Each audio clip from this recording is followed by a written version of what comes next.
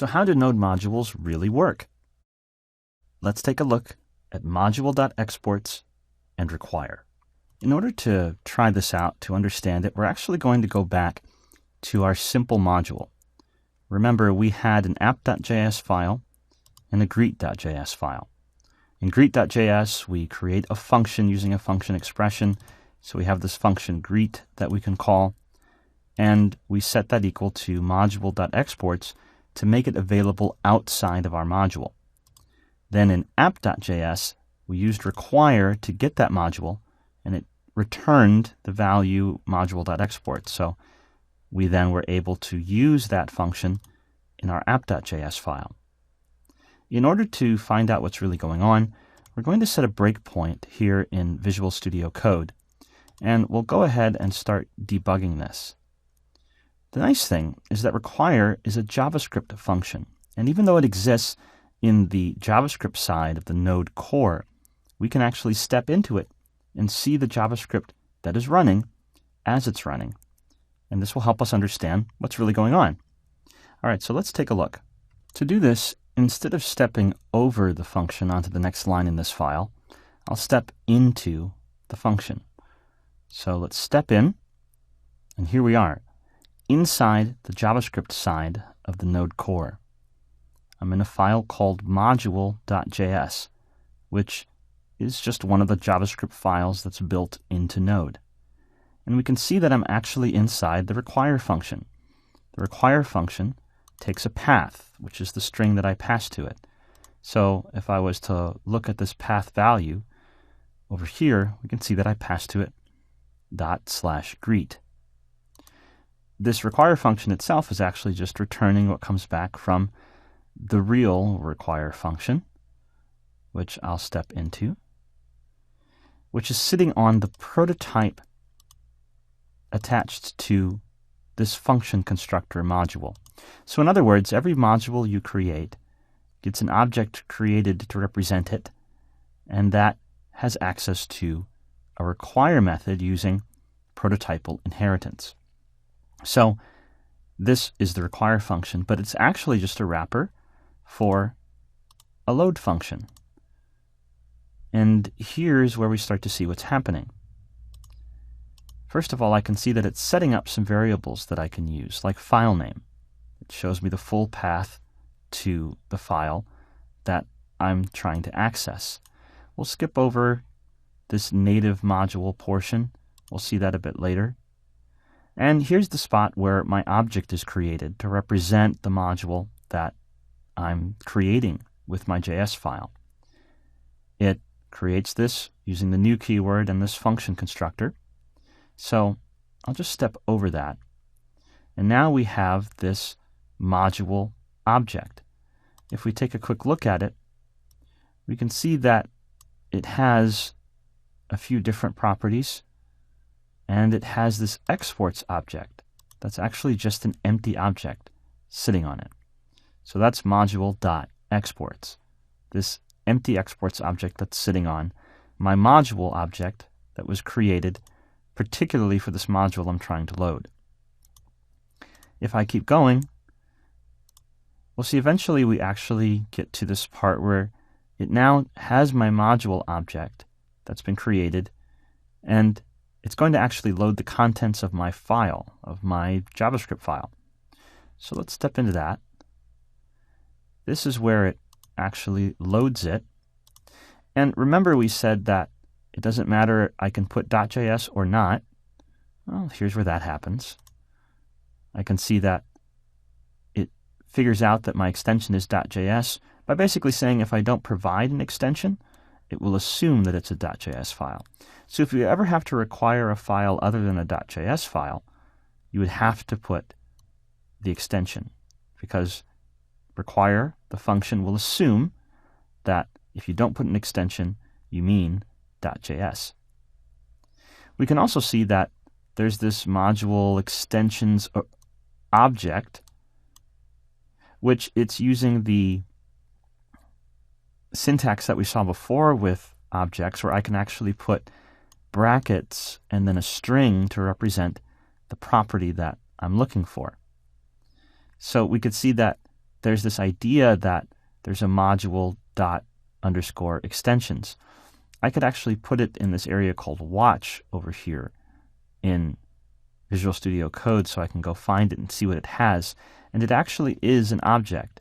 And these .js, .json, .node, those are names. Those are property names. Remember, these are name value pairs, objects. So the name is .js and the value is a function. The name is .json and the value is a function. These are the types of files that Node.js will support loading. And it actually has a function. So in other words, when it knows you want a .js file, it will call this function. And when it knows you want a .json file, it will call this other function. So it calls that function right here. So we'll go ahead and step into it. Notice that it is this object with this property name, an odd property name, .js, but it makes it easy to map the file name. And so we'll just step now into where we're really getting into the nitty-gritty. This is compile. Now it's going to actually compile my code. That is, it's going to actually run it through the V8 engine. It has my file name. It has the contents of my file. If I look at content, there's my var greet equals function, etc. So it now has the contents of my file, and it's going to run it through the V8 engine. I'll step through briefly. It'll process the contents of my file a bit. And then if I step through again, here we're in the compile function. This is also on the prototype available to all modules. And I'm going to step down now to see when I get to a bit lower. We'll just step down. And we're skipping over quite a number of things. Here's another interesting one that we'll see. Directory name. So this is the path not to the full file, to the file itself, but the folder the file lives in. So that's available to me later.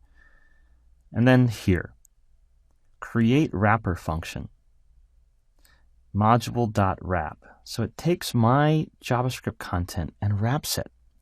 Let's stop and think about what this means. Node.js is taking my JavaScript that I've written and passing it to the V8 engine. But what's stopping Node from adding to or changing what I've written? Nothing. It's a program that can do whatever it wants to with the text that I've written, and that's exactly what Node.js does. It doesn't just give V8 the code you've written. It wraps it in some other code that makes all this work. So let's step into that. And we'll see that these are actually some borrowed functions from another area, but it's enough to understand that when we see what's actually happening, this script variable is my code. And it's concatenating, that is, it's taking a string, my script, which is a string, a bunch of JavaScript code I've written, that was pulled from the file, and then putting another string. And the string that it's getting looks to be an array, and it's right here. The first element of the array, and the last element of the array, and then my code is put in between and created as one string, and then given to V8. So the code that I've written is wrapped in a function. What looks kind of like what we saw when we were looking at immediately invoked function expressions. It's being wrapped in a function expression. That means everything I write in Node is actually run in V8, not just by itself, but wrapped inside of this particular function expression. What does that mean? Well, if we keep going, that code is then run, is then executed. We'll skip down a bit. And when that function is invoked on this line, .apply in JavaScript is just another way of invoking a function. This first part says what the this keyword should be, so that's a useful part of apply, and then passes this array of arguments. Remember, all those things that function expressions might use, we're going to get via parameters. So this isn't exactly immediately invoked, but it is a function expression, and then it's being invoked soon afterward. And it's being passed some variables. This .exports self is actually the current module, so this is essentially module.exports.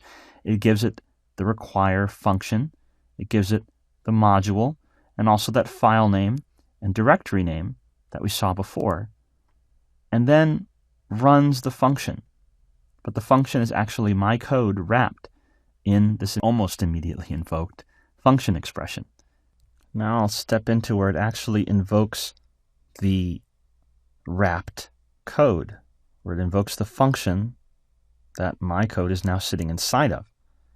So I'll step into that, and there we are.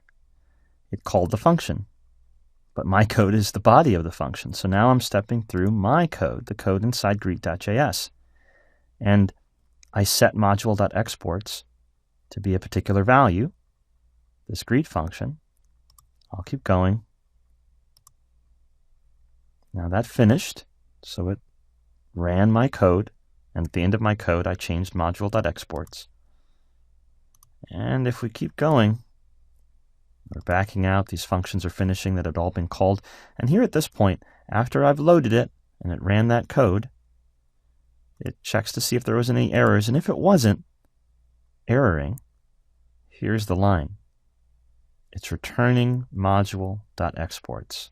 So the exports property on the module object, the thing that I changed, is being returned back up through the sequence of functions that we called when we called the require function. So module.exports is what's returned after my code is written and processed. So we finish that require function, we finish it, and there. The require function finished running. It went out, got the file, it assumed it was a .js file, loaded the contents, wrapped it, ran it, and then returned whatever came sitting on module.exports, the exports property of the module object. And that turned out to be a function that I then run. And there it is. Hello. Okay, so that was quite a bit. What's really happening here? Let's take another look at what just happened. When I wrote my greet.js file, I have some code. Node runs this. But rather than simply running this code through the V8 engine, it wraps it inside a function expression, using those parentheses to create that function on the fly. And this function expects 5 parameters. You might be wondering what the first one is, exports. We'll ignore that for now. But it also expects a require parameter, a module parameter, a file name, a directory name, and we saw these things being created. So then Node actually invokes the function, passing the things that are expected, the file name, the directory name, the module object, making the require function available to my code because it's passed in reality as a parameter when the code is actually executed. And the same thing with module. Module is available to my code when I'm writing in Node because my code isn't what's actually the only thing that's run. My code is wrapped in a function, and that module is a parameter to that function, and Node passes it in. And the last thing to note is what actually is returned then from require is module.exports. Remember that objects are passed by reference.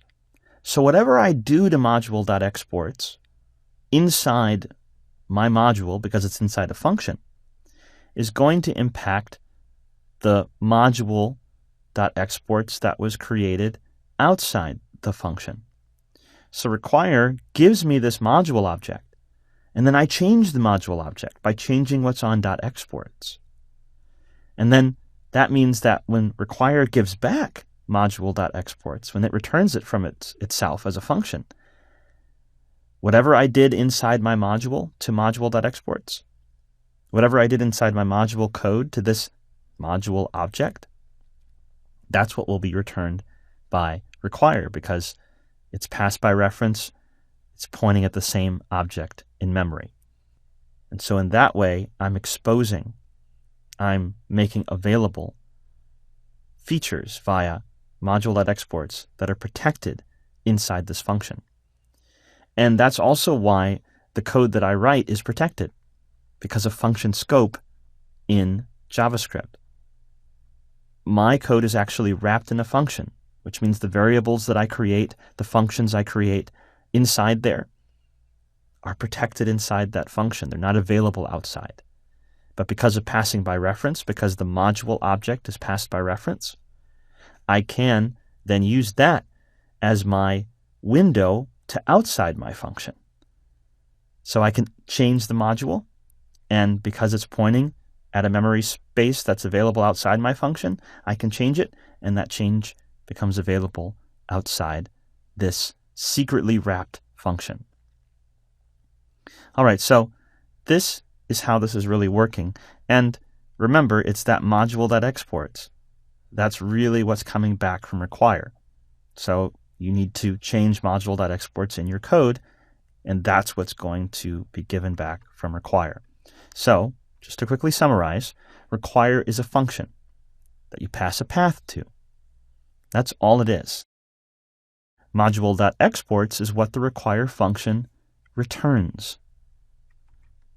And this works because your code is actually wrapped in a function expression that is given these things as function parameters. So whenever you're writing code in Node, you have require, you have module, dir name, file name are always available to you, because what you write isn't the only thing that's given to V8. What you write is actually the body of a function. Make sense? So that's how module.exports and require, that's how they actually work. And I wanted to step through some of this code for you, not only to explain how it works, but so that you realize that Node is not some secret, mysterious thing that things are just working inside of. It's just code that other people wrote that you can look at and you can understand. And that will help you in your understanding and how to properly use Node and how to properly use Node modules in this case. And we'll see how understanding this helps us avoid some potential pitfalls and common mistakes. All right, that's require and module.exports in Node.js.